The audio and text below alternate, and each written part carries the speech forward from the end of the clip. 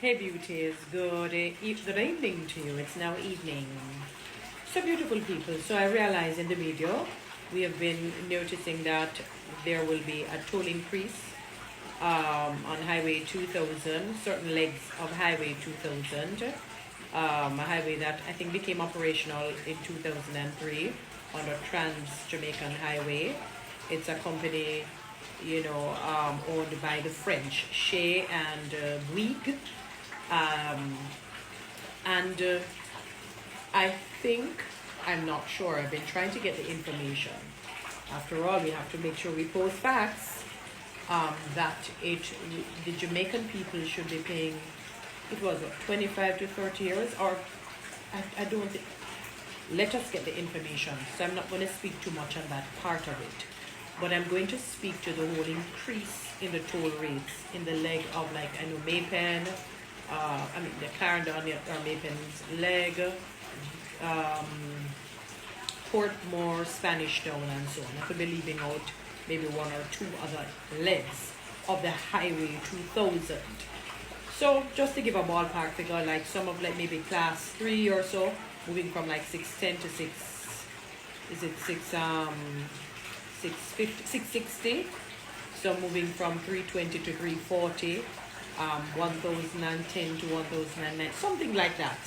I was looking on the figures right now and so on, and I don't even know how to do the background thing to show you the figures, but you can go and you can see it on the different social media platform in terms of the rates moving up. Now, one of the things that maybe the government et al. Fails to understand is that presently a number of the Jamaican people find it very difficult to even pay the present toll. Some probably beg, some borrow probably, and some probably steal. It's a reality. It sounds very rough, it sounds harsh, but it is a reality. In order to say, I don't want to have to drive all the way on Mandela, especially when it becomes congested, even though the toll can become congested, but even then it becomes so beautiful people, yes. So people find it very difficult to be paying the present toll. I literally calculated at the lowest rate. I think one of the cheaper ones on the Portmore toll or Spanish Town toll, I think it was like what, 240, or let us even say the 310 or whatever. And if you were to calculate that for the week, how much is that? Well, the 240 would be like 1,200 for the week, 4,800 for the month. Oh, that probably don't sound bad, but when we start to move up to like the $1,000, and a lot of people even on certain legs, they work in Kingston. They live in, for example, Clarendon division, and they work in Kingston. So can you imagine you commuting, and it's 1,000 and change, almost $1,100 two ways, back and forth. You calculate how much that is for the month. So beauties, when you add the 1,090, that is over $20,000 for the month. And we have not yet included the wear and tear of the motor vehicle. We have not even included gas, because once you're going on the toll, you have to say, let me say, gas and toll. It's not just toll. Gas is a must. Gas is a must. Most people are not by themselves. In other words, it's either a mother and a child, or two, or perhaps three. So even though the birth rate is low and down, most people are with a child or two children and more. More often than not, when they're going over, they have to probably weekly stop at the supermarket or the wholesale. Although sometimes they're almost one in the same and they have to stop. Sometimes they work in one parish, live in another. So they another stopping, picking up things, and they have to be taking them out one, two, letting the cashier cash them, watching to see what the bill is, because they know what they can manage for that moment. Remember, if they have children, they have to be going there every week. Because picnic, let me not use that analogy because it may be misunderstood. I was going to say, like, how termites would eat on board. Because, they're active and they're young and they're vibrant. And they become hungry quickly. We're not even including if they should get ill with some sort of ailment or flu or whatever it may be. where they have to put down contingency money. Sometimes they do have the con, worth much more the tin and the Gen Z. For the Gen Z. Oh Lord, how could I forget the inclement weather?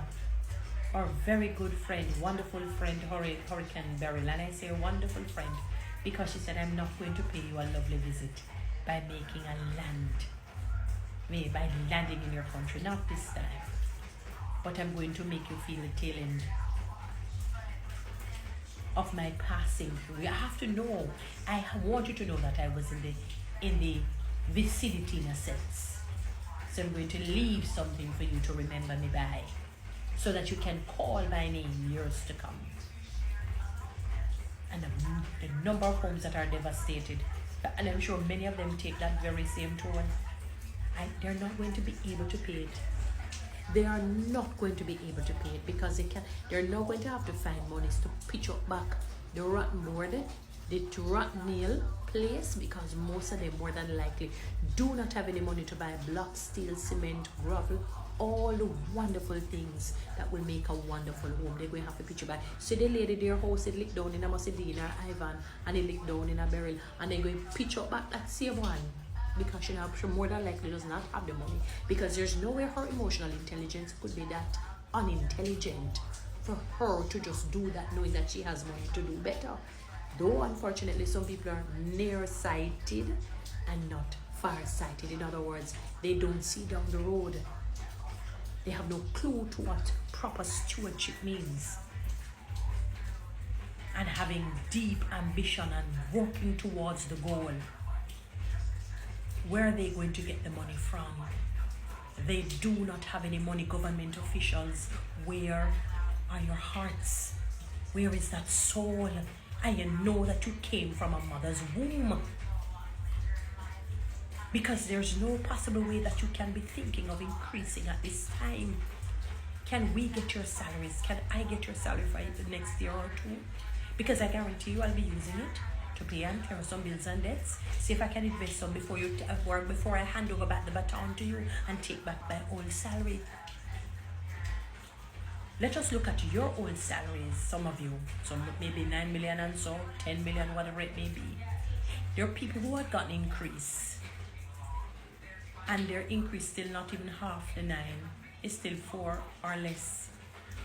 They don't even touch 5. And remember, somebody from your cabinet years ago, before we even dreamt, before we even fathomed and thought about COVID-19, said that anybody earning, it would tantamount to $500,000 per month, barely scraping. So if most people dead, if they're barely scraping, it means most people dead as knit. They have ceased to exist. They cannot manage the current toll, much more to go and take on a new toll tomorrow come Saturday, July 6, 2024. They cannot manage it.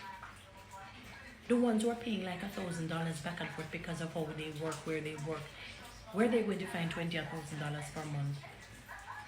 And for those who paying $600 back to and fro, it's half the amount or so. Where they're going to find the $12,000 and $13,000 and $14,000 per month. Remember, I said it into without. You have not included gas. We have not included wear and tear. Because when we say toll, we have to say gas. When we say toll, we have to say gas. And we can't put orange juice in it. We can't put cranberry juice. We can't even put water. The staff of life. That is where water would have come in like dung. Somebody threw feces or fecal matter.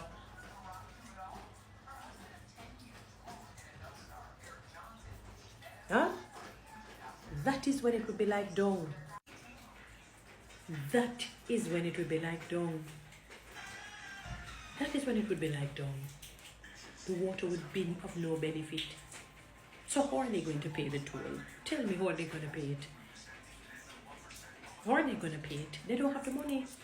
They don't have the money. They're going to probably have to just park their cars or drive the other route and just leave out an hour earlier, because what are they going to do? They can't manage it all. they wouldn't mind somebody paying the toll and their food and their wear and tear and all the necessary things for their vehicle. Guys, follow me on TikTok, subscribe to my YouTube channel.